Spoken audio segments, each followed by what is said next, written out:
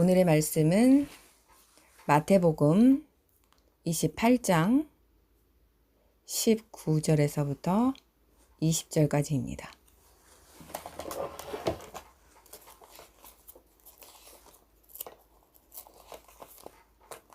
마태복음 28장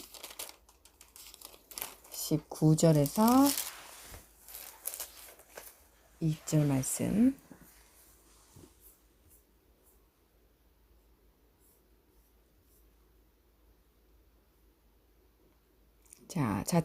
다 찾으셨나요?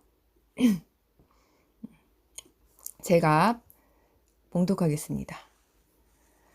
그러므로 너희는 가서 모든 민족을 제자로 삼아 아버지와 아들과 성령의 이름으로 침례를 주고 내가 너희에게 명령한 모든 것을 가르쳐 지키게 하여라.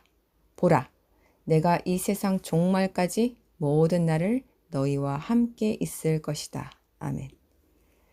또한 말씀입니다. 요한복음 16장 12절부터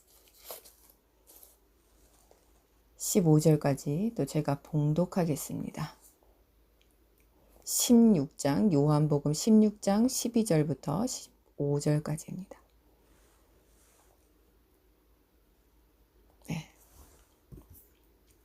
제가 봉독하겠습니다. 아직 내가 너희에게 할 말이 많지만 지금은 너희가 감당할 수 없다. 진리의 영이 오시면 그 영이 모든 진리 가운데로 인도하실 것이다. 그는 자기 마음대로 말씀하지 않으시고 들은 대로 말씀하시고 앞으로 올 일을 전하실 것이다. 그가 나를 영광스럽게 하시리니 이는 그가 나로부터 받아서 너희에게 전하실 것이기 때문이다. 내 아버지께서 가지신 것은 모두 내 것이다. 그래서 나는 그가 나로부터 받아서 너희에게 전하실 것이다 라고 말하였다. 아멘. 오늘의 말씀은 성령은 어떤 분이신가에 관한 것입니다. 당신은 성령 받으셨습니까? 성령은 우리 아버지 하나님의 성부의 영으로 하나님의 인격이시며 하나님의 영이십니다. 삼위일체를 온전히 우리의 이성과 우리의 이 지식으로는 삼위일체를 우리가 이해할 수가 원래는 없어요. 어렴풋이 이럴 것이다 라고만 우리가 배운 대로 아는 것뿐이지 우리는 3차원 세계에 살고 있기 때문에 이 삼위일체를 솔직히 우리의 지각과 능력으로는 이해할 수 없습니다. 하지만 이것을 우리에게 믿게 해주시는 분이 바로 성령님이세요. 삼위일체가 우리 육신적인 우리 육신을 갖고 있는 이 세상에서는 논리적으로 설명이 안 되죠. 논리적으로. 마치 천국과 지옥이 보이지 않는데 우리가 믿는 것과 똑같아요. 하나님을 보이지 않는데 믿듯이 주님이 승천하신 거 우리가 보지 않았지만 말씀에 의하여 믿듯이 이 삼위일체도 우리가 성경에 있기 때문에 그냥 믿음으로 믿는 것입니다. 이 영역은 우리가 막 너무 파고들 필요도 없고 그렇게 하다가 넘어지는 사람들이 참 많아요. 이 이단들에서는 새 위격을 이렇게 분리시켜서 위격을 믿는 사람들이 많아요. 성부 하나님을 믿고 또 성자 예수님을 믿고 성령 하나님을 믿고 이렇게. 근데 이 위격은 하나이지만 셋이고 셋이지만 하나예요. 신대원에서도 이거를 명확히 우리가 이해할 수 없다고 제가 그렇게 배웠습니다. 하지만 최대한 성경에 나온 것에 성경에 나온 진리에 의하여 우리가 이해하려고 노력하는 것일 뿐입니다. 이 색 위격을 가진 동일한 한 분, 즉 하나에서 파생된 셋이라는 말이죠. 하나이지만 각기 다른 위치에서 다른 사역들을 아주 질서 있게 분담하고 계십니다. 성부, 성자, 성령은 천지 창조 이전에도 천지가 창조될 때에도 아담과 하와서부터 구약을 지나 신약을 지나 또 그리고 지금까지 동일하게 하늘과 땅을 통치하고 계셨고 계시고 또 이 세상 안에서 일하고 계셨습니다. 앞으로도 영원히 우리와 함께 하겠죠. 이 성부와 성자 관계가 하나라는 것은 또 이렇게 설명하면은 또 와닿을 수가 있어요. 더. 하나에서 파생된 둘. 우리 인간으로 비유하면은 어머니가 엄마가 아기를 잉태할 때 그 아기가 이제 뱃속에서 씨앗이 자라죠, 이제. 그럼 아기가 뱃속에 있을 때 뭐라고 하죠? 한 몸이에요. 하지만 한 몸이라고 해서 우리가 아기를 인정하지 않죠. 아가는 분명히 따로 다른 생명이라고 인정을 하죠. 하지만 우리는 한 몸으로 인지합니다. 엄마가 없었으면 아기가 있을 수가 없죠. 그렇죠? 아기가 혼자 알에서 태어나지 않기 때문에 인간은 엄마의 몸속에서 태어나기 때문에 둘은 한 몸이지만 어엿한 우리 기독교인은 그 생명이 잉태한 그 순간부터 씨앗에서 자라는 그 순간부터 우리는 생명으로 정의 내립니다. 그래서 낙태는 살인이다 하고 우리는 명확하게 기독교인은 그렇게 믿어야 하고 그렇게 나가야 합니다. 지금 낙태 반대법 주의자들이 점점 이제 기세등등해지고 있는데 그 주수를 점점점 줄여나가고 있어요. 낙태할 수 있는 주수를 줄여나가고 있는데 그게 이제 몇 주였다가 12주로 되고 이제는 낙태 반대주의자들이 아예 그걸 없애버리고 우리가 마음대로 할 수 있게 해달라 이렇게 지금 나서고 있습니다. 법을 바꿔달라고 한국에서죠. 하지만 이 아기는 엄마 몸에 있지만 분명한 엄연한 다른 생명체고 다른 인격체예요. 하지만 한 몸입니다. 지금은 엄마 자궁 밖에서도 인공 수정돼서 사람이 되지만 이거는 창조 질서를 사실 어긴 것입니다. 원래 하나님을 우리를 지으신 목적과 방법에서는 어긋나는 것입니다. 인간의 지혜와 인간의 지식을 섞은 방법이죠. 하나님은 반드시 사람에게 자녀를 낳게 하실 때 그 몸 안에서 한 몸이 되어 생명이 자라나게 하셨습니다. 자, 이렇듯 하나이지만 둘이고 둘이지만 하나인 이것처럼 이 성부와 성자 예수님, 아버지와 아들, 예수와도 그렇게 말씀하셨죠. 우리는 하나다.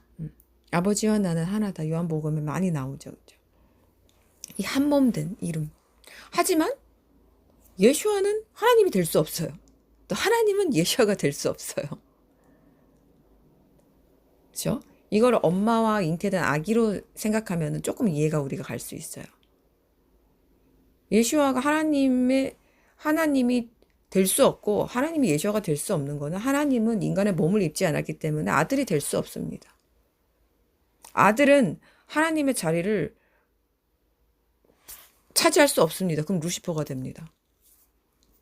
철저히 아버지의 뜻에 순종하기 위하여 예수와는 이 땅에 오셨다고 스스로 성경책에 그렇게 기록해 놓으셨습니다. 만약에 우리 예수와 성자 아들이 동일한 하나님도 될 수 있었다면 아버지의 뜻에 순종한다는 말을 할 필요가 없죠. 이렇게 나오셨겠죠. 자, 내가 하나님이다. 나를 믿어라. 내가 하나님이니 너희들은 나만 믿으면 된다. 구약의 하나님이 바로 나고 내가 모세에게 명했던 하나님이고 내가 아브라함을 인도한 내가 하나님이다. 예수께서 그렇게 말씀하셨겠죠. 만약에 동등한 하나님이 될 수 있었다고 하면 하지만 아들로 오셨어요. 아들의 위치로 오셨어요. 뱃속에 있는 잉태된 아기가 한 몸이었지만 태어나서 엄마의 이름을 말하면서 내가 그 엄마 누구누구에 있었으니까 우린 한 몸이었으니까 내가 그 사람이야 하고 할 수 없다는 거죠. 아기는 아기예요. 아기의 위치, 자녀의 위치에서 그렇게 자라나는 거예요. 아들도 마찬가지. 아들 예수와도 철저히 아버지의 뜻에 자기는 순종하기 위해서 왔고 아버지의 뜻을 마지막까지 자기가 이룰 수 있게 해달라고 성령께 기도했습니다. 자기 뜻을 접었어요. 예수와도 인간을 몸으로 왔기 때문에 고통을 느끼시고 그 쓴 잔을 마시기 싫어하셨어요. 너무 고통스러우니까. 눈앞에 이미 다 하나님이 영을 가지셨으니까 다 보셨겠죠. 어떤 걸 지나가야 될지. 그 너무 끔찍하고 괴로우니까. 지나갈 수 있으면 지나갈 수 있게 해달라고 하였지만 결국엔 자기 뜻을 접고 영의 십자가를 지고 하나님의 그 뜻을 알기 때문에 자기를 통하여 자기를 제물 삼으셔서 모든 인간의 죄를 구속하시려는 그 아버지의 뜻을 알았기 때문에 거기에 순종한 거예요. 순종의 어린 양으로 그냥 제물이 되셨습니다. 이토록 명확한 질서가 존재해요. 그 어떤 이 세 위격이 다른 위격을 차지할 수는 없어요. 아버지는 아버지 자리, 아들은 아들의 자리, 또 성령은 성령의 자리가 있습니다.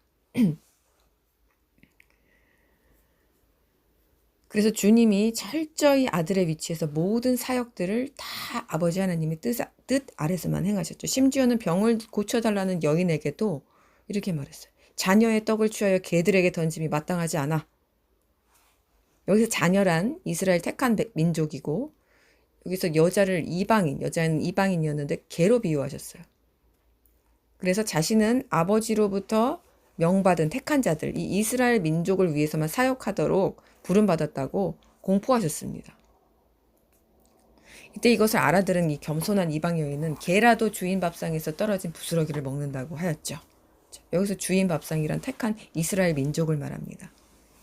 이토록 아들 예수와는 철저히 자기 자신의 자리를 지켰고 사탄의 시험에서도 루시퍼와 같이 높아진 것이 아니라 겸손의 왕으로 오심과 같이 낮은 자리에서 마지막까지 순종하시다가 결국 아버지의 뜻에 의해서 이 땅에서 처형당하셨습니다.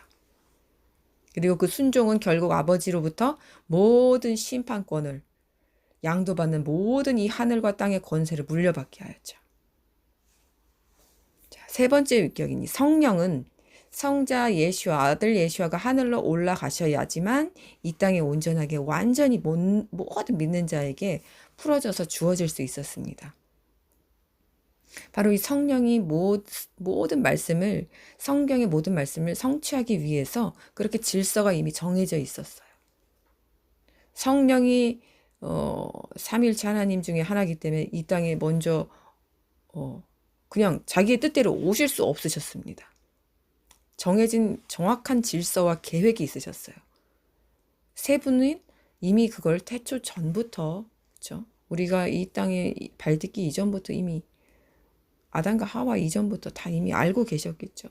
인류에 우리는 거기까지 어떻게 인지할 수가 없어요. 우리는 태초 전에 있어 보지도 않았고 어떤 상태인지도 모르고 우리는 어렴풋하게만 알 뿐이에요. 진짜 우리는 하나님을 그 삼위일체 이 놀라운 이 진리를 그리고 태초 이전에 뭐 어땠을까 이걸 그냥 어렴풋하게 우리는 짐작할 수 있을 뿐이에요.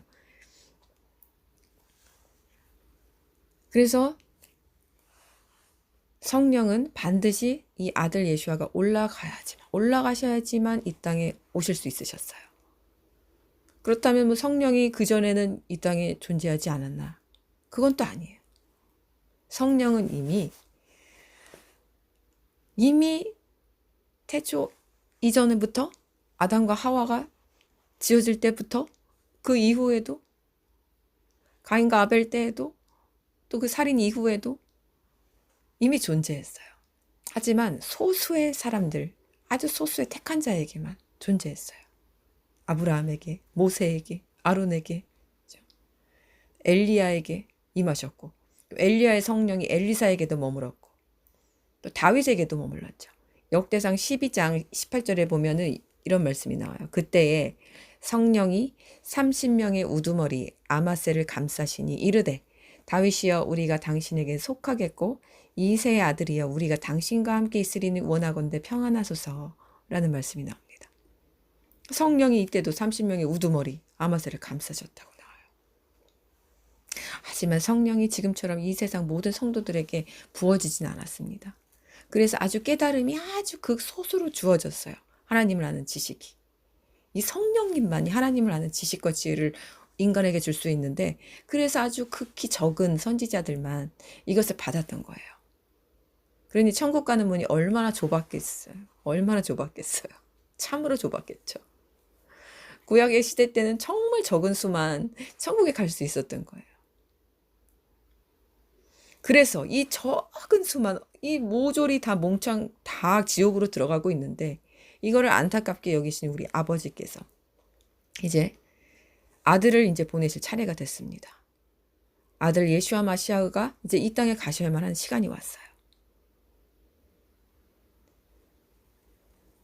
자, 예슈아도 처음에는 영이셨겠죠, 그쵸? 몸을 입지 않으셨어요. 그런데 이제 우리 인간이 너무 이제 불쌍하다 보니까 다 지옥을 가다 보니까 인간의 몸을 택하셔서 이제 오셔야 했어요. 그래서 이 땅에 택한 구약 때부터 장자된 우리 민족 이스라엘이 모두 볼 수 있고 눈 뜨고 볼 수 있고 들을 수 있는 인간의 몸을 입혀서 아버지의 영 성령을 받아서 오셔야만 했습니다. 구약의 그 동물 제사 맨날 양 죽이고 소 죽이고 닭 죽이고 그냥 그 제물들 그 피 흘림을 통하여 인간의 그 죄를 구속하는 그 사건. 그래서 하지만 그렇게 한다고 해서 그거를 제사를 드린 사람이 또 다 천국에 갔을까요? 그렇지 않았을 거예요.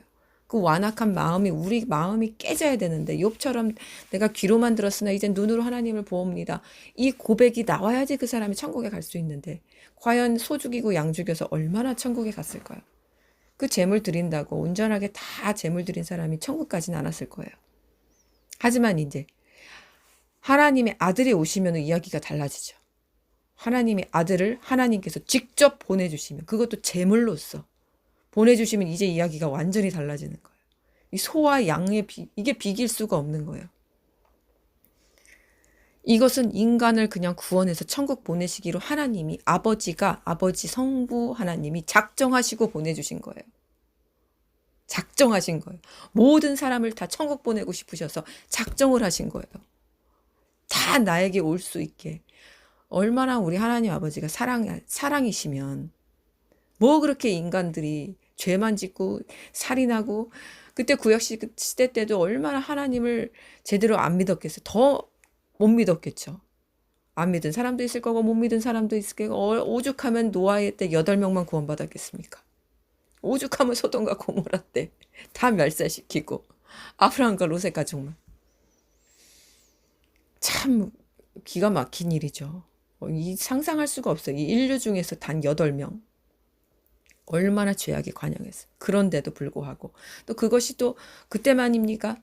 다시 또 살려줬더니 바벨탑 쌓아가지고 또 하나님을 대적하고 끊이지 않는 이 역사. 선지서를 보면서 예레미야가 그렇게 하나님 마음을 알려줘도 이 완악한 인간이 회개는커녕 예레미야 그냥 쳐 죽이고 모든 선지자 다 쳐 죽이고 안 되는 거예요. 안 되는 거예요. 인간의 힘으로는 안 되는 거예요. 보다 못해서 하나님 이제 선지자들 치우시고 아들을 이제 제물 삼아서 이거는 인간이 할 수가 없는 거예요. 이 인간의 생각으로는 도저히 우리의 힘으로 우리의 죄를 씻을 수 없듯이 우리가 어떤 방법으로도 하나님 앞에 나아갈 수가 없습니다. 나아갈 수가 없어요. 우리 인간의 힘으로는 나아갈 수가 없어요. 이건 하나님 아버지의 주권이에요. 주권. 인간을 구원하시고 인간의 죄를 사해 주시는 하나님의 주권인데 하나님 아버지께서 우리 모두를 그냥 구원하시려고 죄인이고 의인이고 착한 자나 악한 자나 잘 살아온 자나 못한 자나 가난한 자나 부한 자나 다 구원하시기로 사랑하셔서 작정하신 거예요. 그래서 그 사람이 믿기만 하면 예수와 마시아가 우리 예수 그리스도가 우리를 위해 피 흘리심이 우리를 구원하기 위한 목적이야. 이 회개만 하면 이 주님의 피를 의지해서 우리가 회개만 하면 다 하나님 만날 수 있다는 이 놀라운 복음을 주시기 위하여서 모두를 구원하기 위하여서 아들을 함께 영원부터 공존하셨던 그 한 몸을 한쪽을 띄어서 이 땅에 보내신 거예요. 몸 중에 한쪽을 띄인 거예요. 어머니가 말하자면은 이 뱃속에서 아기가 커가지고 무럭무럭 너무너무 예쁘게 자랐는데 그 아기를 그냥 처형 틀에다가 아기가 어느 정도 크니까 그냥 내어 버린 거예요. 버린 거예요. 언제까지? 부활하시기 이전까지 버림받았어요. 아들 예수와는 아버지 하나님께 버림받았어요. 언제까지? 부활하기 전까지. 철저하게 외면당하고 버림당하셨어요. 제물로 삼으셔야 됐기 때문에. 이거에 대한 우리가 피부로 와닿는 게 너무너무 적어요, 크리스찬들이. 왜? 맨날 들어왔거든요. 예수님의 그리스도의 보혈, 맨날 보혈 찬송하고, 어릴 때부터, 우리 기독교인, 어려서부터 모태신앙으로 들어오면, 뭐, 주님이 십자가, 맨날 십자가 보이고, 십자가 상 있고, 십자가 차에도 있고, 뭐, 목걸이도 있고, 뭐, 어디도 있고, 뭐, 십자가. 그래, 예수님은 십자가 너무 당연하게, 너무 당연하게. 그래, 우린 이론적으로는 너무 잘 알죠. 예수님이 그렇고, 죽으셔야만 우리가 구원받을 수 있었지. 하나님의 아들로 끔찍하게 처형당하셨지. 그래서 패션 오브 크라이스트가 우리 아버지 하나님께서 보아라, 내 아들이 너희 때문에 얼마나 끔찍하게 처형당했는지 좀 보고 느껴라, 이 완악한 인간들아. 저는 그거를 극장에서 봤는데 너무너무너무너무 후회했어요. 휴지를 안 가지고 들어간 것을. 옷이 여기가 다 젖어가지고 뭐 어떻게 할 수가 없었어요. 뭐 눈물 콧물이 막 그대로 줄줄줄줄 흐르는데 닦을 게 있어야지. 아무 생각 없이 덤벙덤벙 들어갔다가 큰 코 당했어요. 아주. 저는 그 정도인지 몰랐어요. 주님이 그렇게, 아들 예수아가 그렇게 끔찍한 고초를 당하신지. 그런 영화는 없었거든요. 옛날에 만들어진 영화들은 그렇게 자세하게 묘사를 할 수가 없었어요. 예수아의 죽음. 얼마나 답답하셨으면 우리 아버지 하나님이 그 모습을 보여주시면서, 이 완악한 인간들아 깨져라. 이 보혈이 이렇게 흘려진 거다. 내 아들이 이렇게 너희 때문에 죽은 거다. 회개하라. 이 보혈의 이 값어치를 알아라. 이렇게 하나님이 보여주신 영화입니다. 과연 얼마나 많은 이 사람들이 이거를 보면서 자기의 죄악이 이렇게 끔찍한가를 이렇게 느꼈을 것이며, 주님이 얼마나 귀한가, 우리 주님이 아들이 얼마나 우리를 위하여서 이렇게 고통당하고 고쳐당하셨냐. 그렇다면 내가 어떻게 살아야 하겠는가. 좀 얼마나 뼈저리고 느꼈을까요? 저는 그 충격에서 한두 달 동안 벗어날 수가 없었어요. 한두 달이 뭐예요? 이게 아직도 가요.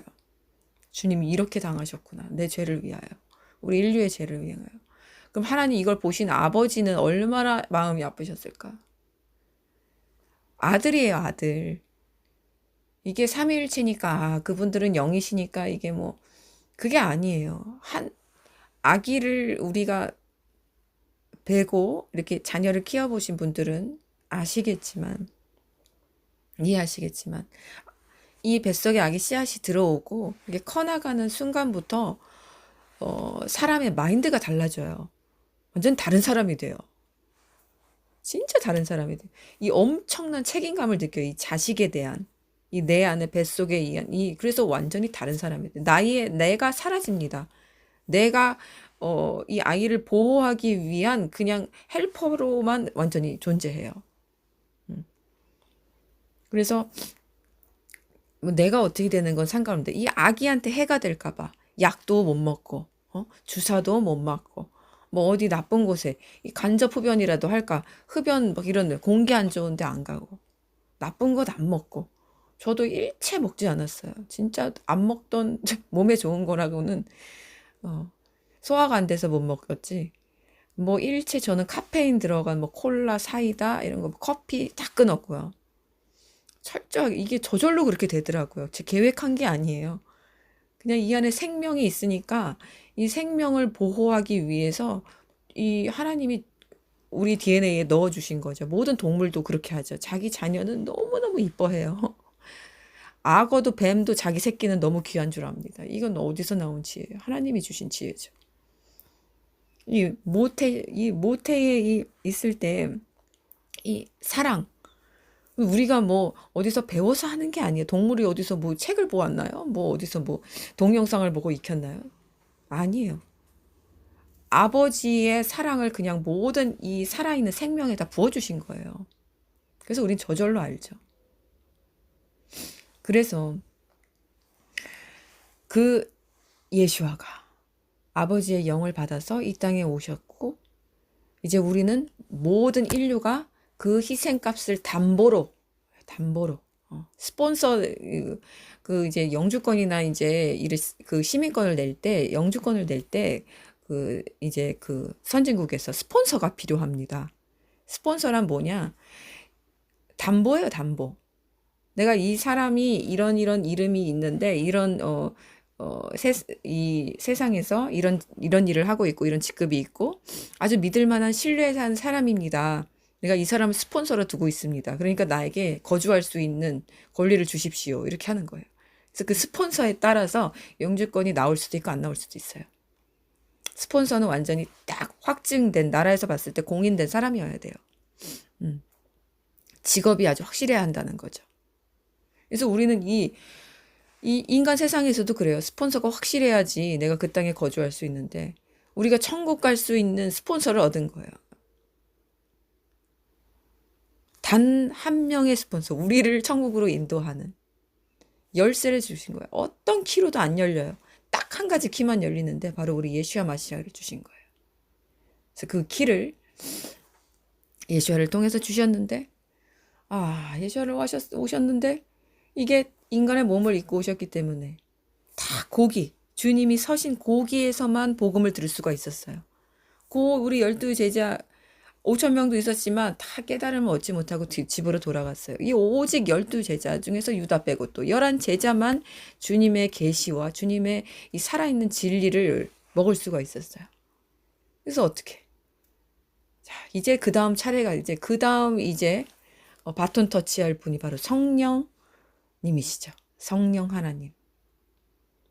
그래서 이제 예수와가 죽으시고 부활하시고 승천하신 다음에 성령이 이제 그 다음 질서 있게 너무나 조화를 이루시면서 이제 오셨어요. 예수와는 이제 하늘에서 왕이 되셨고 하나님의 모든 이제 권리와 그런 책임을 이제 이양받으셨습니다. 그리고 이제 때를 기다리시는 거죠. 또 이제 예수와는 이제 또 다시 오실 second coming of Jesus. 이제 그 재림의 때를 이제 예수와는 또 기다린 거. 아무 때나 올 수 없죠. 또 아버지의 허락이 있어야지만 이제 그 떨어질 때만 이제 우리 예수가 다시 오실 수 있으십니다. 그래서 이제 정말로 우리 하나님이 우리 아버지가 기대하고 고대하신 때가 왔던 거예요. 바로 오순절의 때가 온 거죠. 이 전 인류에게 성령이 임하는 때. 이제 이렇게 너희가 내 아들을 내가 제물로 주었으니까 너희가 이 아들만 믿으면 나에게 올 수 있다. 이것을 이제 보여주셨고 직접 이 땅에서 파노라마처럼 쫙 펼쳐서 그 일생을 보여주셨고 또 이렇게 너희가 살아야만 해라는 걸 보여주셨고 우리 아들을 통해서 이제 진짜 하이라이트 이제 모든 인류가 구원받을 수 있는 단 한 가지의 키 바로 성령님이세요. 성령님이 오시지 않으면 우리는 예수와가 아무리 우리를 위해 그렇게 고초당하 죽으셨어도 믿을 수가 없기 때문에 이미 지났는데 2000년 3000년 막 지나가는데 어떻게 내 눈으로 안 봤는데 어떻게 믿어요? 믿어지지가 않아요. 성령이 오셔야지만 아버지의 영이 모든 인류에게 부어져야지만 우리가 하나님 믿을 수 있고 하나님이 아들을 믿으라고 했으니까 그래 우리는 아들을 믿어야 돼. 그래 예수는 나의 죄를 위하여서 죽으셨어. 이게 실제적으로 영으로 육으로 믿어지는 게 성령이 우리한테 오셔야지만 이걸 믿을 수 있습니다. 그래서 이 하이라이트가 이제 온 거예요. 만약 주님보다 성령이 이 땅에 오셨다고 가정한다면 정말 아주 또 극히 적은 수만 구원받았겠죠. 구원받을 수 있는 길이 또 너무 좁았을 거예요. 성령이 이 땅에 또 먼저 오셨다면 이 어떤 일이 또 발생하냐면은 이게 어떻게 회개해야 하는지 몰라요. 뭘 담보로 회개하는지 몰라요. 보여진 게 없으니까 기록된 바가 없으니까 실제한 게 없으니까 영으로만 둥둥둥 떠는데 이래서 보이는 육신의 것과 보이지 않는 영이 합쳐져서 우리가 영육 간에 강건하다고 말하잖아요. 이것들이 다 이 땅에서 펼쳐졌어야만 하는 거예요. 인간의 눈으로 보고 듣고 그래서 그 증인들이 증거한 게 성경이잖아요. 이 사복음서에. 이 복음서가 적혀지지 않았다면은 성령만 오셨다고 우리가 이게 불가능해요. 우리 인간은 영의 존재가 아니라 영육 간의 존재이기 때문에 영혼육에 있는 존재이기 때문에 붕붕 떠서 있을 수 없어요. 성령처럼. 그래서 이 두 가지가 정확하게 이 땅에서 이루어졌어야 돼요. 주님이 먼저 이 세상에 오셔야만 했고 아버지의 뜻을 이뤄드려야만 했고 어린 양에 대하여 무참히 희생제물로 죽으셔야만 했고 하늘로 다시 올라가셔야만 했어요. 그래서 이제 회개하면 우리가 다 구원받을 수 있는데 그 회개할 수 있도록 그 영안을 열어주고 마음의 죄를 보게 해주시는 것이 바로 세 번째 위격이신 성령이십니다. 이 성령의 도움, 이 헬퍼, 보혜사, 그렇죠? 우리를 도우시는 이 성령의 도움 없이는 우리는 우리의 죄악을 깨달을 수도 볼 수도 없습니다. 아무리 옆에서 막 선지자들이 막 꾸짖고 막 말해주어도 아무 소용없어요. 성령의 조명이, 성령의 빛이 우리 안에 어둠을 비춰주어야지만 우리는 우리의 죄악과 더러움과 끔찍함을 그제서야만 볼 수 있게 됩니다. 이 성령은 아버지의 영이시고 하나님과 동일합니다. 하나님과 성령은 동일한 분이세요. 마태복음 12장 31절에 보면은 이렇게 나와요. 그러므로 내가 너희에게 말한다. 사람들에게 행하는 모든 죄와 모독은 용서받으나 성령을 모독하는 것은 용서받지 못한다. 만일 그 인자를 대적하여 말을 하면 용서받으나 성령을 대적하여 말하는 자는 용서받지 못하니 이는 이 세상에서도 그렇고 오는 세상에서도 마찬가지이다. 이렇게 나와요. 인자는 사람의 아들이라는 거예요. 우리 주님도 사람의 아들로 오셨죠. 그렇죠? 사람의 몸을 입고. 인자를 대적하면 용서받으나 성령을 대적하여 말하는 자는 용서받지 못한다고 했어요. 하나님을 모독하는 거하고 똑같다는 거예요. 성령 모독죄란 성경 사전에서 보면 이렇게 나옵니다. 성령의 존재를 부인하거나 성령의 사역을 회방하고 배척 또는 대적하는 자를 가리킨다. 즉 죄사함의 은총을 거부하거나 적극적으로 구원의 도리를 멸시하고 방해하는 자를 말하는데 일종의 신성 모독자를 가리킨다. 한편 성령의 사역이란 예수 그리스도의 십자가 사역을 통한 구원의 진리를 증거하고 죄인들을 거듭나게 하여 구원의 길로 인도하며 구원받은 백성을 천국까지 안전하게 이끄는 인간 구원의 대역사를 통틀어 일컫는다. 이렇게 나옵니다. 그래서 이 성령은 하나님과 동일한 존재예요. 그래서 성령을 모독하면, 성령의 사역을 모독하면 이건 대놓고 하나님을 욕하는 자들이에요. 완전히 타락한 자들이죠. 그래서 이렇게 이미 성령께서 멀리하고 떠나신 자들입니다. 그래서 회개할 수 있도록 도움이 주어질 수 없을 만큼 타락하고 악한 자들이에요. 사탄 숭배자들, 우상 숭배자들, 또 무신론자들이 하나님이나 하나님과 성령이 하시는 일과 사역들, 또 교회를 욕하거나 방해하거나 모독할 경우 이들에게는 이러한 엄청난 심판이 처해집니다. 노란 딱지가 딱 붙는 거예요. 죽지만 않았을 뿐이지 여기 노란 딱지가 딱 붙어요. 영의 노란 딱지가. 그들의 완악한 마음 그대로 행한 대로 심판에 떨어지게 두세요. 성령의 도움이 살면서 주어지지가 않습니다. 그래서 회개조차 할 수가 없습니다. 회개 막 하려고 노력해도 성령이 임하시지 않기 때문에 진정한 회개가 나올 수가 없어요. 유다처럼 그냥 자책하다가 죽을 뿐입니다. 자기의 뿌린 대로 그 죄값을 치르는 것이죠. 그래서 절대로 그 누구도 하나님과 성령님을 욕하거나 삿대질하거나 모독하는 말을 실수로도 하시는 안 되고 저주를 품어서도 안 됩니다. 만약에 또 이런 분이 있어요. 가령에 둔탈 경우에 뭐 꿈에서든 실제로든 마음으로든 자기는 원치 않아요. 자기는 원치 않아요. 하나님을 영광 돌리게 싶고 막 기뻐하게 드리고 싶은데 자신 안에 어떤 나도 모르는 존재가 막 그렇게 시키는 경우가 있어요. 마인드 컨트롤 당하는 사람들 불쌍하죠. 이런 분들. 이거는 강하게 꾸짖고 선포해서 그 악을 반드시 내쫓아야만 합니다. 싸워서 이겨야만 합니다. 살려면 그렇게 해야 됩니다. 자신의 영과 육 안에서 반드시 승리해서 내쫓아야만 해요. 또한 그렇게 악한 영이 잠식할 만한 먹이를 가진 자신의 심령 안에 교만과 자기를 철저히 버리고 회개해야 합니다. 그 악을 그 안에 그대로 두었다가는 그대로 함께 이루시퍼와 심판에 처해지게 됩니다. 이렇듯 이 성령과 하나님은 동일한 분이에요. 그래서 성령을 모독하면 죄사함을 받을 수 없다고 합니다. 무슬람에서도 그죠? 이 악한 무슬람에서도 신성 모독죄는 그대로 직접 심판해서 어떻게 죽여도 무방하다고 하죠. 기독교에서는 그 직결 심판이 보류되기는 하지만 결국은 이 말씀에 의하여서 이 말씀은 진리이기 때문에 지옥으로 결국엔 가게 됩니다. 인간이 말이 한 게 아니에요. 우리 주님이 하신 말씀이 아버지 아들이 하신 말씀이에요. 또 성령을 속이다가 즉시 죽임당한 아나니아와 삽비라가 있었습니다. 사도행전 5장 3절에 베드로가 이르되 아나니아야 어찌하여 사탄이 내 마음에 가득하여 내가 성령을 속이고 땅값 얼마를 감추었느냐. 성령 모독죄에 속하는 케이스죠.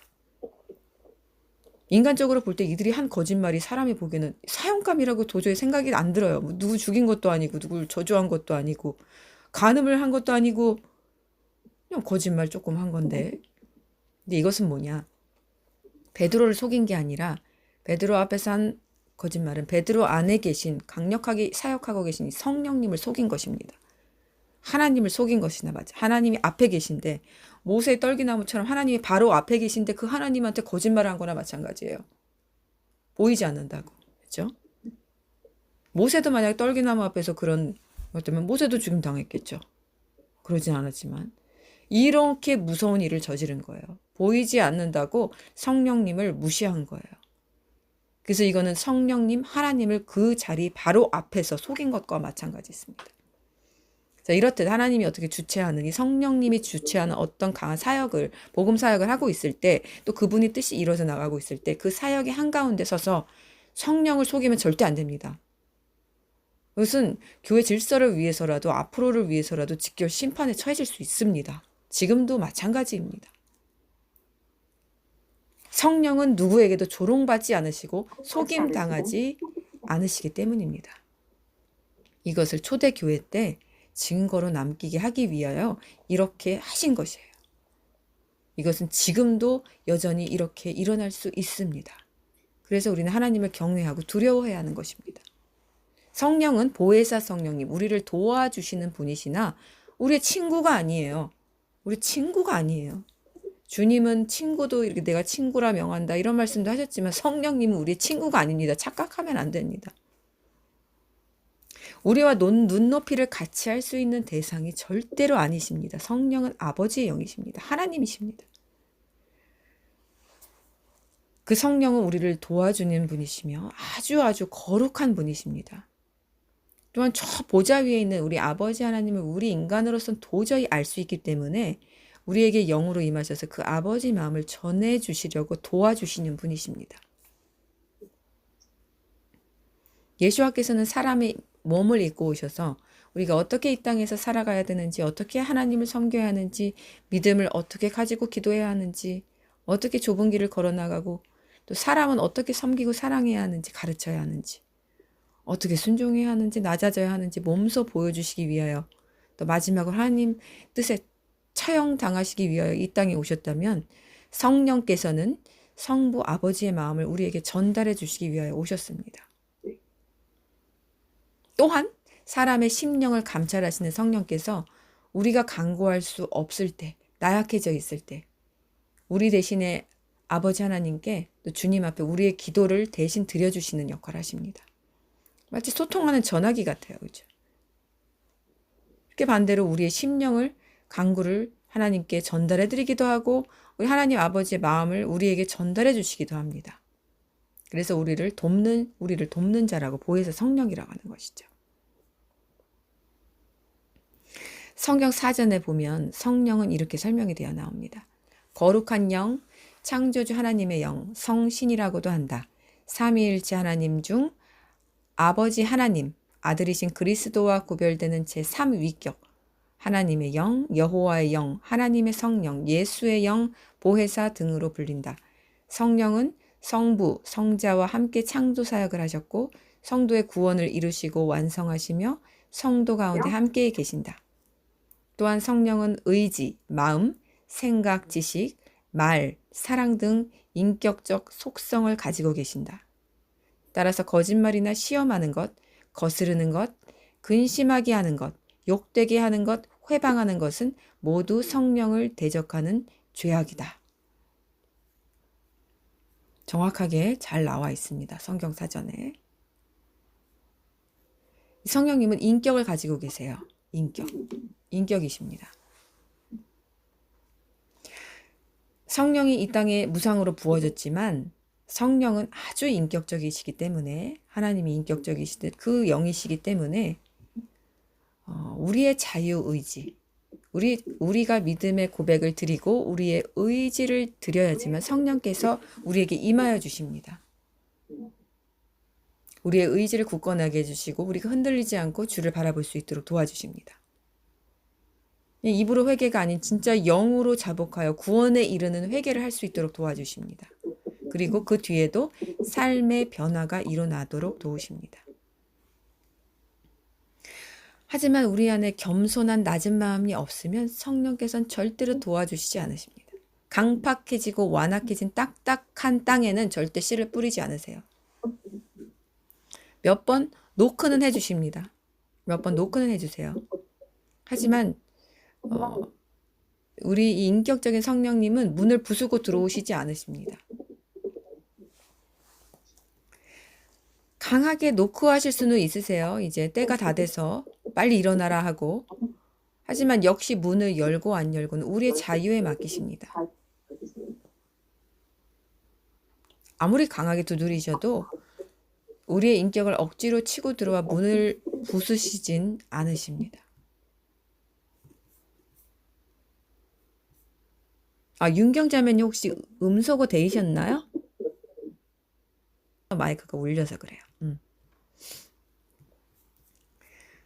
그래서 성령님의 임재를 원하는 사람들은 뭐 성령 체험 이게 아니라 뭐 성령 받는 집회 이게 아니라 우선 그런 집회에 가는 건 좋지만 함께 기도하는 거는 좋지만 가기 전에 내 집에서 나 혼자 내가 인격적으로 진짜 성령을 만날 준비가 되어 있는지 내 마음밭이 깨끗한지 내가 정말 이걸 자유의지로 간절히 원하는지 성령을 그럼 내가 왜 원하는지 왜 구하는지 스스로가 정확히 알아야만 해요. 성령 받으면 구원받고 구원받아야 천국 가니까 이거는 이유가 되지 않아요. 하나님을 사랑해야 되는데 내가 정말 하나님을 사랑하는가? 하나님을 사랑하는 증거는 무엇인가? 내가 하나님의 사랑을 정말 이해하는가? 요한복음 3장 16절 내가 정말 이해하고 있는가? 하나님이 세상을 이처럼 사랑하사 독생자를 주셨으니 이 말을 정말 내가 이해하고 있는가? 나도 정말 이 중에 한 명이 되고 싶은 거야. 이것들을 내가 영원히 인지하고 가야 됩니다. 그래서 내 자유의지가 이렇게 낮아진 상태에서 그런 집회도 가는 거고 기도도 하는 거고 성령 달라고 부르질 수 있는 거지. 아무 생각 없이 그런 집회 이상한 집회에 또 갔다가 또 신사도 이런 집회 갔다가 이상한 그 악신이 들려오는 사람도 참 많이 봤어요. 악신이 들려요. 성령만 이렇게 내려지는 것이 아니에요. 악한 영도 동시적으로 부어집니다. 악한 집회에 가면은 악한 영도 같이 부어져요. 미혹의 영도 그런 집회에 가면은 영이기 때문에 부어집니다. 거기 모인 사람들에게. 성령만 부어지는 게 아니에요. 그래서 다행히도 그래도 진짜 성령의 집회에 가서 성령을 받으면 좋지만 이러한 완악한 마음이 있는 사람들은 성령님이 임하는 게 아니라 우리 악령들이 임합니다. 그래서 이상한 영안이 보이고 시작하고 자기는 주님을 본다고 믿지만 이상한 계시가 열리고 이상한 예언을 하고 이상한 방언을 하고 이런 심각한 영의 상태 차라리 안 받은 만도 못한 그렇죠? 당연하죠. 성령이 아니니까 차라리 그냥 무의 상태가 더 날 뻔한 이런 사람들이 많아요. 우리나라 사람들은 참 욕심이 많습니다. 욕심이 많아서 남이 받은 건 나도 받아야 돼요. 남이 하는 건 나도 해야 직성이 풀리는 이 우리 민족이에요. 이 한민족은. 그래서 참 빨리 성장했죠. 빨리 성장한 것도 있는데 폐해가 너무너무 큽니다. 자기라는 자아 자체가 너무 없어요. 자기 생각이 없고 자기 주체가 없어요. 자기 인격이 없단 말이죠. 내가 정말 무엇을 원하고 내가 정말 어떤 상태고 내가 정말 주님을 만났는지 이 깊은 묵상이 기독교에 뿌리를 둔 다른 그런 기독교인들과는 너무나 달라요. 그래서 교회는 많아졌고 기독교인은 정말 많이 늘었는데 참 성도는 너무 적습니다. 이게 유행병처럼 그냥 이렇게 확 돌았기 때문에 그래요. 그래서 정말 저 사람이 성령을 받은 건지 아닌지 모르겠습니다. 성령 받았다고 자신은 철떡같이 믿고 있는데 삶에서 향기가 안 나네요. 왜 그리스도의 향기가 안 날까? 성령 받았다고 하는데.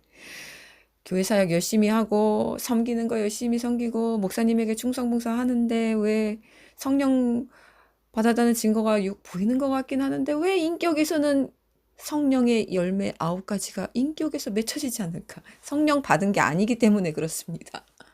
간단하게 말해요. 간단해요. 복잡하지가 않아. 성령을 안 받았기 때문에 그렇습니다. 그럼 그 사람이 받은 건 뭐냐? 저도 모릅니다. 뭘 받았는지 저도 모르겠어요. 뭘 받았는지. 하여튼 무언가를 붙잡고는 있는데 성령을 받으면 증거는요. 사람이 바뀌어요. 삶이 바뀝니다. 인격이 한순간에는 안 바뀌지만 점차적으로 그 사람 안에서 일하시는 성령에 의하여서 바뀌어질 수밖에 없어요. 다듬어지고 깎여져 나갈 수밖에 없어요. 성령이 이 안에서 가만히 안 둡니다. 성령이 전이 됐거든요. 이제 성령의 통치를 받는 사람이 됐어요. 악한 영의 통치를 받던 이 자아의 통치를 받던 한 죄인이 성령의 통치를 받으면서 이 사람이 원튼 원치 않든 당연히 원하겠지만 막 깎여 나가는 역사들이 보입니다. 말이 달라지고 생활이 달라지고 취미가 달라지고요. 인간 관계가 달라집니다. 그 사람 옆에 가면은 막 이제는 근심 걱정이 막 가득한 얼굴에서 그 사람 곁에 막 가고 싶은 사람으로 변해.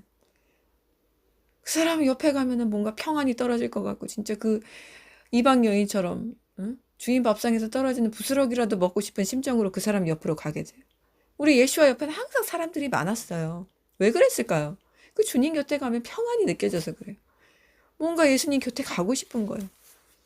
어린아이들도 뭘 알겠어. 어린아이들도 막 예수님 곁으로 그냥 갔단 말이죠.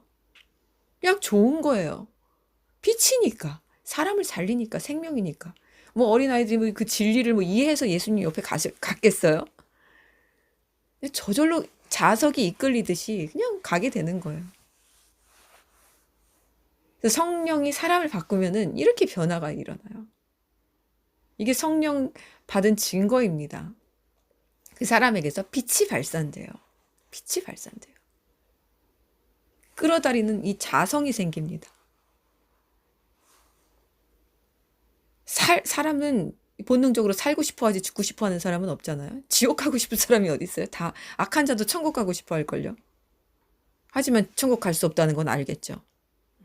인간의 본능과 본성은 다 잘 되고 싶어 합니다. 좋은 곳에 가고 싶어 합니다. 불교에서도 극락을 가고 싶어 하지. 극락 세계를 가고 싶어 하죠. 모든 인간의 본능과 본성은 다 좋은 것. 마지막에는 다 천국 가고 싶어 합니다. 그래서 이렇게 뭔가 자기에게 좋은 사람, 뭔가 자기에게 좋은 영향을 끼치고 내가 저 사람 옆에 가면 평안을 느껴지고 그런 사람에게 끌어당기게끔 되어 있어요. 사람이. 반대로 아무리 그래도 돼 보여도 이 마음에 불편함을 주는 사람 옆에는 오래 있을 수가 없어요. 막 가시들이 이렇게 막 돋아 있어서 옆에 가까이 가면 막 찔리거든요. 막 찔립니다. 그래서 마찬가지예요. 이런 목회자분도 마찬가지고 다 똑같아요. 이 리더들인데 뭐 저도 마찬가지. 저도 뭐 피할 수 없죠. 리더들인데 옆에 있으면은 막 편안하고 그 강대상에 서나 밑으로 내려와서 사람들하고 교제를 하나 똑같아야 돼요. 그게 진짜예요. 그게 진짜 주님의 영을 받은 사람이에요. 저 강대상에 있을 땐 너무 인자하고 정말 우리 주님의 형상을 띠면서 너무너무 막 은혜를 주시는데 이게 밑으로 내려오면은 어휴 막 그냥 무섭기만 하고 불편하고 그냥 좀 피하고 싶은 존재가 되면은 그 사람 가짜입니다. 저도 마찬가지예요. 저도 그런 사람이 될까 항상 두려워요. 저도 가짜예요. 그러면 내가 그런 사람에게 불편함을 주는다. 저도 가짜겠죠. 그래서 어디서나 동등한 위치로 그 강대상에서나 진리를 선포하는 자리에서나 아주 낮은 곳에서나 높은 자리에서나 똑같아야 돼요. 그 사람은 똑같아야 돼요. 우리 주님이 항상 똑같으셨듯이 똑같아야 돼요. 이게 성령 받은 사람이에요. 그래서 거짓 영은 어떻게 판별하면 되냐? 그 사람의 생활을 보면 됩니다. 생활을. 그렇죠? 우리 신사도 중에서도 그런 사람들이 많죠. 그 사람 이름을 까먹었는데 그 하얀 이렇게 옷 입고 다니면서 이렇게 장풍 일으키면서 사람들 쓰러뜨리는 우리 미국의 어떤 그 신사도에 유명한 사람이 있는데 뭐 전용기가 몇 대라고 그러죠. 비싼 전용기가 몇 대고. 이것부터가 벌써 넌센스죠. 성령이 아니라 악령의 지시를 받는 사람이라는 거죠. 그렇죠? 전용기? 성경에서는 옷 한 벌 가지고 다니라고 했죠. 그만큼 검소하게 사역하라는 말입니다. 그만큼 다 퍼부라는 소리예요. 고아와 가부와 가난한 자와 이 복음이 전하는데 다 그걸 쏟아부으라는 거. 전용기 사라는 말 성경에 없습니다. 호와 사치 누리는 사람 다 가짜입니다. 다 가짜입니다. 그렇다고 또 검소하다고 다 진짜라고 말하는 건 아니에요. 하지만 사치에 막 젖어가지고 이게 막 주님이 주신 축복이니까 난 누릴 자격이 있어. 이러한 사람들은 다 100% 거짓 리더들입니다. 다 양의 탈을 쓴 거짓 이리들이에요. 이것들로 분별하시면 됩니다. 분별 못하겠거든. 그리고 극과 극을 다립니다. 앞과 뒤가 너무 달라요. 이때는 이 모습이었는데 이때는 이 모습이야. 갑자기 바뀌어져 막. 성령 받은 사람은 아닙니다. 성령을 받아야 하는 사람입니다. 이런 것들로 분별할 수 있습니다. 성도는. 그렇죠? 이 히브리어로 성령을 뜻하는 루아흐 많이 들어보셨죠? 루아흐. 그렇죠? 루아흐. 숨, 바람, 영혼, 하나님의 영입니다. 루아흐는 숨, 공기, 바람을 의미하는데 신의 영. 그리고 또 성령은 또 성경에서 불의 혀, 구름의 기둥, 살아있는 물, 기름으로 거룩하게 하는 것, 신의 손가락, 비둘기와 같은 이런 많은 이미지로 표현됩니다. 성령께서는 아들이신 예수아를 드러내십니다. 그리고 차례로 길, 진리, 생명이신 우리 예수아는 아버지이신 하나님을 드러냈습니다. 이 선지자를 통해 말씀하신 영이 아버지의 말씀을 듣게 하는 것은 이 하나님의 영, 성령 외에는 아무도 하나님의 생각을 이해하지 못하기 때문이죠. 하나님의 아버지는 이 하나님 아버지의 생각과 성령의 생각은 동시적으로 똑같아요. 근데 이 성령은 살아있는 호흡, 숨과도 같아요. 그래서 우리가 로봇과 다른 점이 뭐죠? 그들은 심장이 박동을 안 하잖아. 숨이 없잖아요. 호흡을 안 해요. 기계의 전자 회로로 돌아가요. 우리도 이제 짐승의표 여기다 심으면은 그렇게 되겠죠. 우리가 아니라 악한 자들이 그렇게 심으면 그렇게 되겠죠. 전기 회로에 이제 로봇처럼 되는 거죠. 짐승의 표를 심게 되면. 우리에게는 숨이 있어요. 숨, 호흡이라는 게 있어요. 이 박동하는 피가 있어요. 이게 육의 피뿐만 아니라 성령의 호흡도 우리에게 같이 주어져야지만 우리는 하나님의 사람이 됩니다. 성령은 니케 신조에서도 공언한 바와 같이 생명을 주는 자입니다. 생명을 주는 자. 주 하나님이 아담이 최초의 사람을 창조한 이 콧구멍에 생명의 숨결을 부어놓으셨죠. 그렇죠? 루아흐 불어넣으셨습니다. 우리 아버지의 목적은 우리들의 믿음에 이 생명을 불어넣는 것입니다. 이 생명이 없으면은 우리는 거듭나지 않은 거예요. 거듭남이 없는 겁니다. 자기가 거듭났다는 체험은 성령을 받아야만 하는데 성령을 받지 않으면 우린 거듭난 거라고 할 수가 없어요. 그리고 회개는 분명히 했는데도 이게 뭔가 내가 새 사람이 된 느낌이 없다. 성령 받지 않아서 그렇습니다. 성령 받지 않아서 그렇습니다. 이 하나님이 근데 무상으로 주셨어요. 이 성령은. 사도행전 2장 38절에 베드로가 이르되 너희가 회개하여 각각 예수 그리스도 이름으로 세례를 받고 죄사함을 받으라. 그리하면 성령의 선물을 받으리니. 선물이에요. 거룩한 인격을 가진 영으로 이 땅에 선물로 나눠주시기 위해 오셨어요. 그래서 누구나 솔직히 구하면은 구하는 자에게 주어집니다. 마태복음 7장 7절 구하라 그리하면 너희에게 주실 것이요 찾으라 그리하면 찾아낼 것이요 문을 두드리라 그리하면 너희에게 열릴 것이니 구하는 이마다 받을 것이요 찾는 이는 찾아낼 것이요 두드리는 이에게는 열릴 것이니라. 너희 중에 누가 아들이 떡을 달라 하는데 돌을 주며 생선을 달라 하는데 뱀을 줄 사람이 있겠느냐. 너희가 악한 자라도 좋은 것으로 자식에게 줄 줄 알거든. 하물며 하늘에 계신 너희 아버지께 구하는 자에게 좋은 것으로 주시지 않겠느냐. 자, 이 말씀에 의지하여 회개한 자는 이 자신의 죄를 이제 버린 자는 의지로 이제 딱 버렸어요. 자기의 죄를, 죄악된 죄를 삶을 청산했습니다. 그러면 누구든지 성령을 구하면 받을 수 있습니다. 이 성령을 구하십시오. 성령은 어떤 기적과 이적의 실체뿐만이 아닙니다. 그냥 꿈과 환상, 예언만도 아닙니다. 성령을 구하시되 아버지의 마음을 온전하게 알게 해달라고 먼저 기도하십시오. 그래야만 사탄이 성령을 가장하여 미혹하지 않습니다. 또 가난한 자, 낮은 자, 애통하고 자복하는 자세가 없는 사람이 성령을 구할 경우 성령이 아닌 다른 영이 들어올 수도 있습니다. 열심히 기도했는데 사탄에게 오히려 공격당해서 소아마비 장애자가 된 목사님 사모님을 제가 2015년에 보았습니다. 그런데 참 소아마비 장애인임에도 불구하고 영은 참 교만하더라고.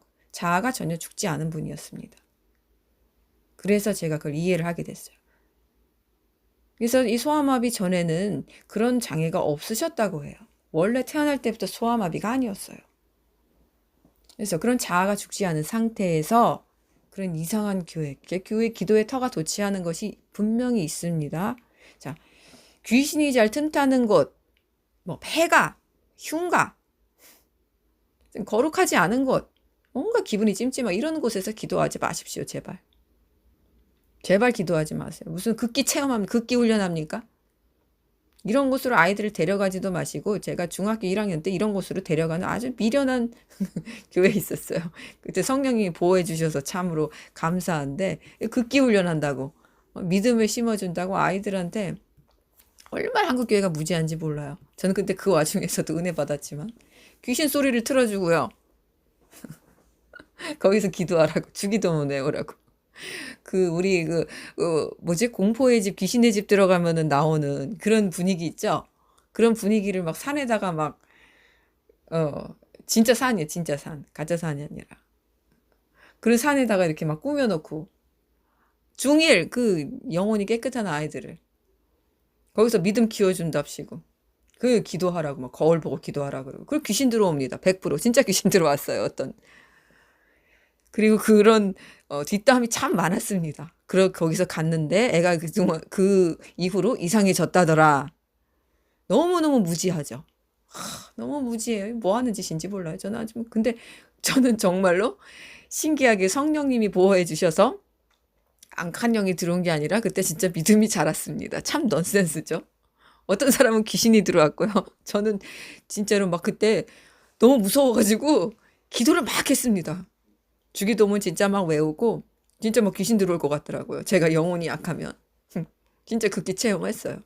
근데 영이 약한 사람들은 바로 귀신 들어갑니다. 그런 곳에 가면. 그거를 주관한 이 전도사들이 그걸 해야 되는 건데 솔직히 그쵸? 그리고 먼저 해봤는지 모르겠어요. 그 목사와 전도사들이 실제적으로 아무도 없을 때 그것들이 먼저 체험하고 거기서 믿음이 자랐으면 아이들한테 그걸 시켜야 되는 자기들은 안 하고 왜 아이들한테 그런 거를 시킵니까? 한국 교회가 얼마나 참 처참한지 알 수 있죠. 그때는 제가 그 이해를 못했는데 크니까 와 정말 미친 짓을 했구나 그 교회에서 그걸 알게 됐습니다. 그래서 이렇게 귀신이 틈타는 곳에서 그 사모님이 기도하다가 오히려 귀신의 공격을 받아서 멀쩡한 사람이 소아마비 장애인이 된 케이스입니다. 다시 회복되지 않았어요. 온몸이 뒤틀리는 거 있죠? 말도 제대로 못하고 막 여기가 다 뒤틀어져가지고 좀 태어날 때부터 그런 분인 줄 알았더니 그런 곳에서 기도하다 귀신의 공격을 받은 거예요. 근데 또 더 문제는 뭐일까요? 바로 참 안타까워야 하는지 화내야 하는지 모르겠지만 영적 문제가 있었던 바로 영적 리더 목사에게서 그런 지시를 받은 거예요. 훈련받아야 한다고. 모든 목사님들이 다 그런 거 아닙니다. 훌륭한 목사님들 너무너무 많아요. 전 목사님을 미워하는 사람도 아니고 저주하는 사람도 아닙니다. 훌륭하신 목사님들 제가 이야기하려면은 저도 끝이 없습니다. 하지만 그에 반해서 이렇게 영적 문제가 있는 리더도 많습니다. 그래서 분별해야 한다는 것을 알려드리려고 하는 겁니다. 목사님들을 정죄하는 것이 아닙니다. 그래서 또 그 영적 문제가 있었던 그 한 목사에게서 이런 지시를 받아 훈련 받아야 된다고, 영적으로 담력이 커지고 기도가 잘해야 된다고, 그 귀신이 많은 곳에서 그런 기도를 하다가 그렇게 됐다는 거죠. 미련함의 극치죠. 성령은 그렇게 받는 게 아니고요. 내 안이, 장소가 어디든 내 마음 안이 정결해져야 합니다. 정결해져야 돼요. 아버지의 그러면 씨앗을 뿌릴 밭이 되면은 성령 주옵소서 부르짖지 않아도 저절로 성령이 임합니다. 부르짖어도 괜찮아요. 부르짖고 안 부르짖고 아무 상관이 없습니다. 조용하게 기도하나 크게 기도하나 뭐 산에 가서 기도하나 집에서 기도하나 아무 상관이 없습니다. 아무 상관이 없어요. 교회에서 기도하나 골방에서 기도하나 공원에서 기도하나 차에서 기도하나 성령을 받는 데는 제한이 없습니다. 꼭 오순절 다락방이 아니어도 돼요. 성령은 영이십니다. 성령 집회 가서 성령 받는다? 아니에요. 집에서 혼자 있을 때 성령 받을 수 있습니다. 사람 뒤바뀝니다. 거듭납니다. 성령은 빛이에요. 빛이 어디는 못 들어갑니까? 어디는 들어가고 어디는 못 들어갑니까? 빛은 어디든지 뚫고 들어갑니다. 모든 어둠을 다 비춰줍니다. 이 성령이 임해야지만 우리는 그제서야 우리의 뜻대로가 아닌 아버지의 뜻대로 기도할 수 있게 돼. 이게 중요한 거예요.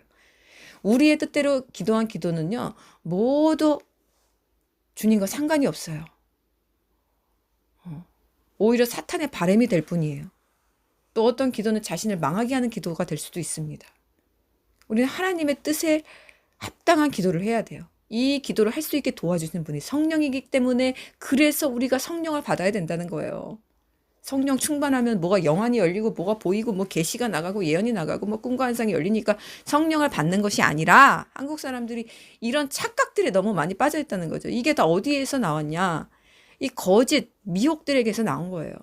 성령 충만한 증거를 이상한 데서만 찾는 거예요. 성령을 우리가 받아야만 하는 이유는 바로 아버지의 뜻대로 기도할 수 있게 하기 위하여, 그래서 우리가 아버지의 뜻을 이뤄드리기 위하여, 주님과 하나 되기 위하여, 그래서 우리가 또 이 땅에서 제물의 향기가 되어 주님의 향기를 피어나서 이 땅에 아버지의 뜻이 이루어져 나가는 주기도문, 그렇죠? 이 땅에서 이루어진 것 같이 하늘에도 이루어지리다, 이 주기도문을 성취하게 해드리기 위하여 성령을 받아야만 하는 것입니다. 오직 겸손한 영, 자복하고 죄를 버린 영, 이런 사람만이 구할 때 성령을 받을 수 있습니다. 성령을 받으십시오. 믿음의 여정은 성령을 무조건적으로 받아야만 그제서야 한 걸음 디딜 수 있습니다. 무조건입니다. 무조건 성령 받아야 합니다. 다른 뭐 종교와 여기서 갈라지는 거예요. 그렇죠? 불교 뭐 이런 거 뭐 성령 받아야 한다 뭐 이런 거 없죠? 그냥 무조건 믿고 그냥 자기가 잘 수양하고 이렇게 하면 되죠. 기독교는 아니에요. 수양해서 되는 게 아닙니다. 수양해서 우리가 참선을 해서 우리가 주님을 만나고 하나님을 만나고 우리가 천국 가는 것이 아니에요. 성령을 받아야만 합니다. 성령을 받아야만 합니다. 그래서 하나님이 성령을 보내주신 거예요. 다음 시간에는 이 성령을 받기 위한 사람의 조건에 대해서 더 자세히 나누도록 하겠습니다. 자, 우리 코이노니아와 들으시는 모든 성도들은 성령을 구하시되 먼저 회개하고 그 회개에 바탕한 삶을 살기 위한 자의지를 들여 함을 잊지 말고, 또 한 번 성령을 받았다고 해서 그 성령이 영원히 나와 계시리라는 착각을 버리시고 날마다 이 성령과 동행하여 또 더 나아가 성령 충만함으로 이 성령의 기름이 우리에게서 흘러나와서 그 넘치는 성령의 기름이 넘치는 삶 안으로 들어오시기를 축복합니다. 기도하고 마치겠습니다. 성령님 감사합니다. 우리에게 선물 주시기 위하여서 아들 예수아를 그렇게 무참히 제물 삼으셨고, 또 그 대가로, 그 피의 대가로 우리가 회개만 하면 하나님께 나갈 수 있다고 하셨습니다. 하지만 우리는 그 보혈의 피를 믿어야만 합니다. 이것을 믿기 위해서는 우리가 성령이 임하야만 하고, 성령이 임해야지만 우리가 아버지의 뜻을 알 수가 있습니다. 주님, 성령을 받지 못한 우리 성도님들, 성령을 구할 때 이 하나님이 무상으로 주신 성령을 모두가 받게 도와주시옵소서. 이들의 마음밭이 정결하고 깨끗해져서 성령을 받기에 합당한 그릇으로 먼저 만들어주시고, 이들에게 주신 이 귀한 자유의지를 모두 주님 앞에 전폭적으로 내려놓음으로써 성령이 임하실 때 이들이 기뻐 화답하며 그들이 거듭난 증거를 그들 자신과 그들 주변과 이 세상이 알게 하여 주시옵소서. 성령 충만한 삶으로 주님 오시기까지 우리가 승리하며 나가게 도와주시옵소서. 우리를 구원하신 예수 그리스도 이름으로 기도합니다. 아멘.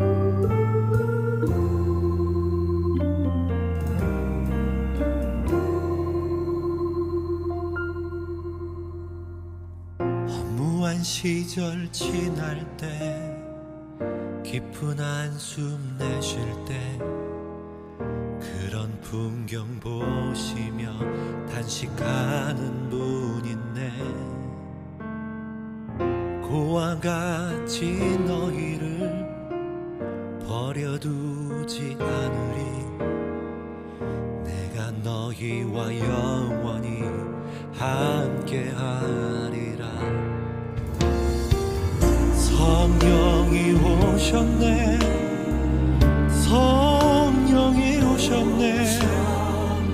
내 주에 보내신 성령이 오셨네. 우리 인생 가운데 친히 찾아오셔서 그 나라 꿈꾸게 하시네. 억눌린 자 갇힌 자, 자유함이 없는 자, 피난처가 되시는 성령님 계시네. 주의 영이 계신 곳에 참 자유가 있다네. 진리의 영이신 성령이 오셨네. 성령이 오셨네. 성령이 오셨네. 내 주에 보내신 성령이 오셨네. 우리 인생 가운데 친히 찾아오셔서 그 나라 꿈꾸게 하신네.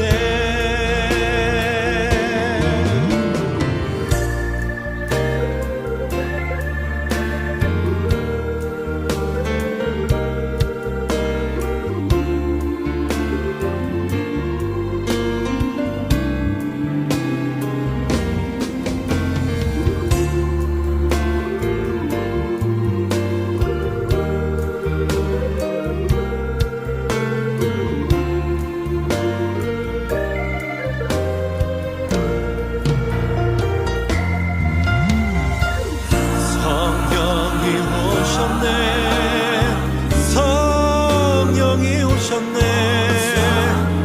내 주에 보내신 성령이 오셨네.